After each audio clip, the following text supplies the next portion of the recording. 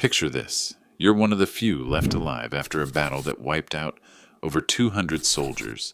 That was Charles Windolph's reality at Custer's Last Stand. His jaw-dropping story of survival is packed with secrets and twists you've never heard. Could Lieutenant Colonel Custer's own moves have led his men to doom? Stay tuned for a tale that'll flip everything you thought you knew, and an ending that'll have you racing to the comments. Hey there, and welcome to Yanks, Dixie, and Native History Channel. We're here to bring you the real gritty stories that built America. Today we're walking in the dusty boots of Charles Windolph, a soldier who faced the chaos of the Battle of Little Bighorn and came out breathing. This isn't just a history lesson, it's a wild ride into one of the fiercest fights the frontier ever saw. Charles Windolph was a private in Company H of the 7th Cavalry. Born in Germany, he sailed to the U.S., joined the Army in 1872, and served 5 hard years. At Little Bighorn, his bravery earned him the Medal of Honor, and his story gives us a frontline view like no other. Before we jump in, smash that like button and hit subscribe to join our crew. Let's keep these tales alive together. It's Sunday, June 25th, 1876, just shy of noon. The sun's blazing hot as we roll across the dry stretch between the Rosebud and Little Bighorn rivers. The 7th Cavalry, 600 of us, stretches out in a long line, heading west. Each company rides close, 4 men side by side, with 50 or 60 feet between groups. Horses huff, dust flies, and then stop. Lieutenant Cook calls out, and Captain Benteen gets orders to take Company H, that's me, plus Companies D and K, to sweep the hills and clash with any Indians we spot. Lieutenant Colonel Custer holds on to Companies I, F, C, and L. Major Reno grabs Companies M, A, and G, with most of our Indian scouts tagging along. In a flash, the regiment splits, chasing leads over rough, rocky ground. We'd caught wind of a big Indian camp, maybe 12 to 15 miles west, but the numbers? A mystery. Our scouts were on edge, talking thousands of warriors. Custer and the officers guessed 1,000 to 1,500, probably with old gear, likely to run when we hit. The plan was to strike at dawn on the 26th, catch them off guard. But when their scouts saw us, Custer ditched the wait and said, "Go now." Benteen led us on a hard ride, tearing over hills and through gullies that shook every bone. Each ridge we topped, Lieutenant Gibson signaled, "No Indians yet." The men muttered, "Were we hunting shadows?" After 2 hours, we looped back to Custer's path and slid into a narrow valley. We trailed a small stream west, but then the pack mules up ahead bogged down in mud. Those mules hauled our ammo and gear, and their mess proved we were moving too slow for what was coming. As we yanked free, faint gunfire popped in the distance. Captain Weir kicked his company forward, Benteen charging up front. We knew it. Battle was closing in. Soon we passed a teepee on fire, likely lit by our scouts. The horses got antsy, feeling the heat. Then Sergeant Knight, from Tom Custer's unit, rode up fast, yelling for Captain McDougal to speed the mules. Benteen brushed him off, and Knight peeled back. Next came Trumpeter Martini, blood streaking his arm, with a note from Custer. "Benteen, bring the packs fast." Martini was a tough one, an Italian who'd played drums for Garibaldi, now in my Company H. His horse was hit, blood pouring, but he stood firm. Benteen sent him back, thinking Knight's word was enough. The gunfire roared louder. Crow and Ree-scouts galloped in, herding Indian ponies, shouting, "Soldiers!" and pointing north to the bluffs. We raced up, pistols out, full speed ahead. Cresting the ridge, the valley below slammed into view. Pure chaos. Horsemen dashed everywhere. Shots rang like storms. Downriver, massive rider groups, probably Indians, filled the skyline. We spotted soldiers on a northern hill and bolted toward them, pulses racing. Let's rewind to what Major Reno's group faced earlier. At 12:15 p.m., Reno took 3 companies, 17 Crow and Ree Scouts, and 3 White Scouts. Custer swung right with 5 companies, while Benteen, with me and H, headed south and west to scout. I wasn't there, but I've heard it from survivors so much, I can tell it true. Reno and Custer rode down a dry creek bed, sometimes 50 yards apart, sometimes 200, moving west toward the Little Bighorn.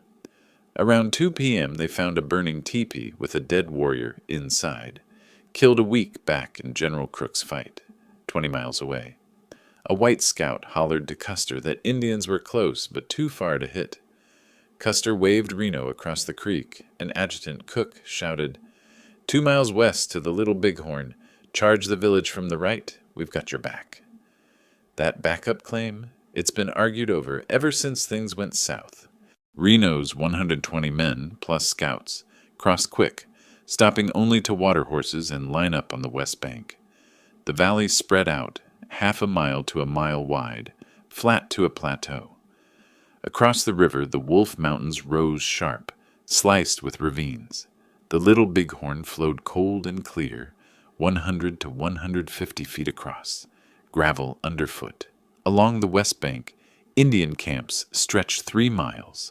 5 Sioux tribes, Cheyenne, Blackfeet, Arapaho, each in circles a quarter-mile apart. Beyond, pony herds grazed, watched by kids and women.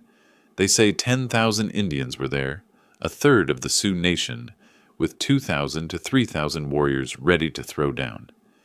Here's a myth to bust. Not every warrior had a fancy Winchester. Half used bows, arrows, spears, traditional stuff. Of the rest, half had old muzzle loaders, or single shots, maybe 25 to 30% packed repeaters.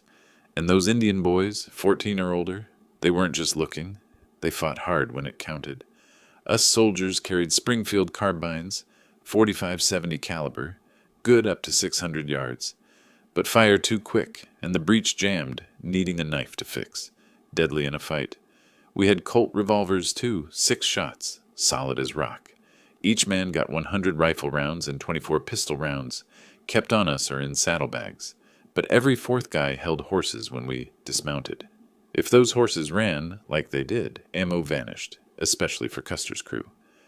Back to Reno. After crossing, his men formed in 4s. Scouts left. Indian riders zipped across the valley, and the camp's south end loomed.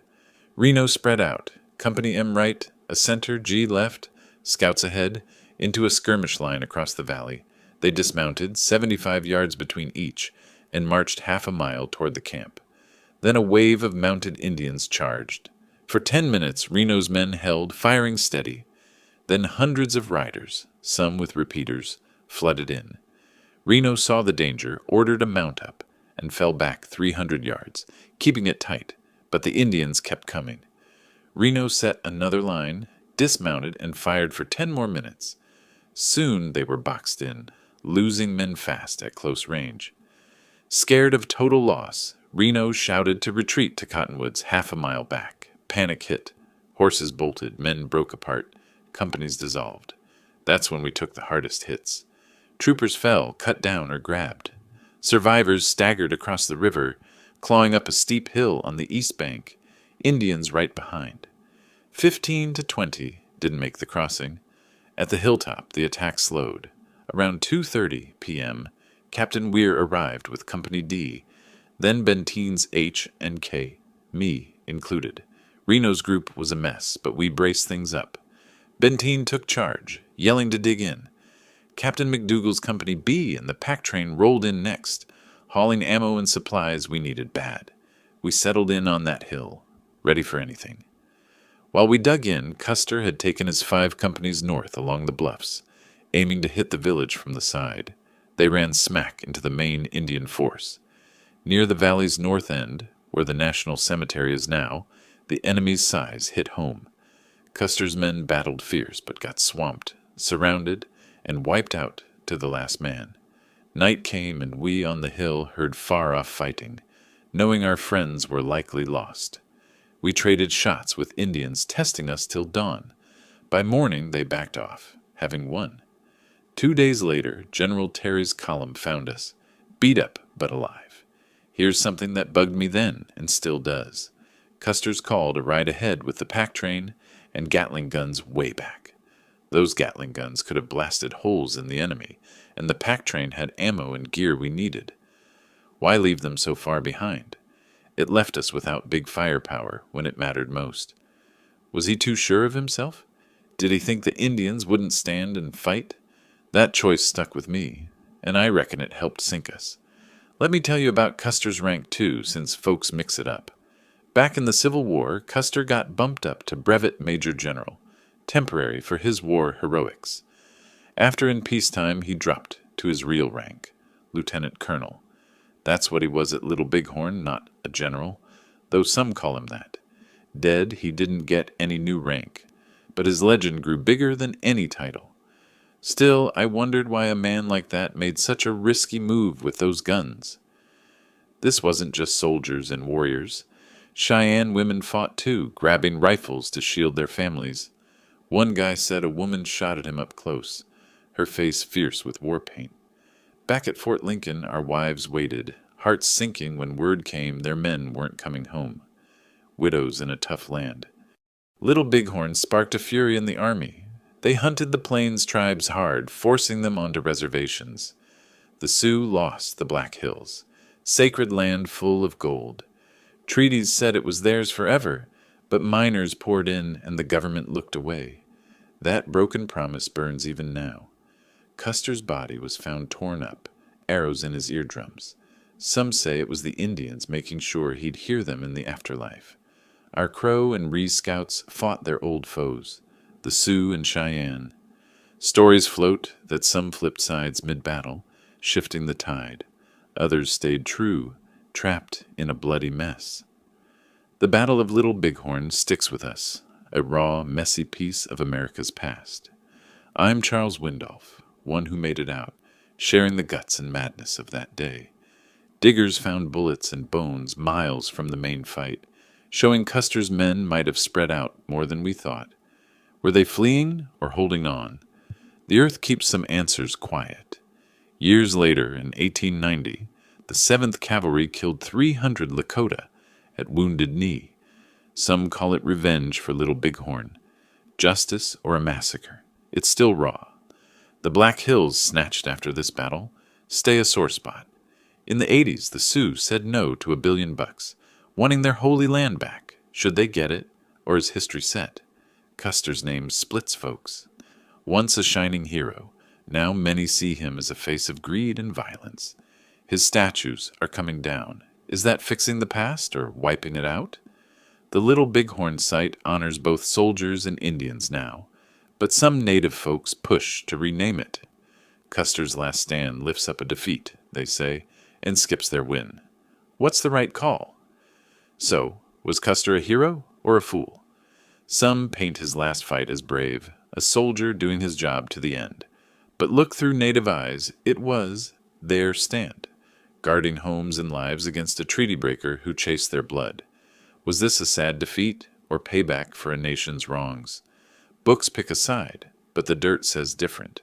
Did we grow from this, or are we still wrestling with land and respect?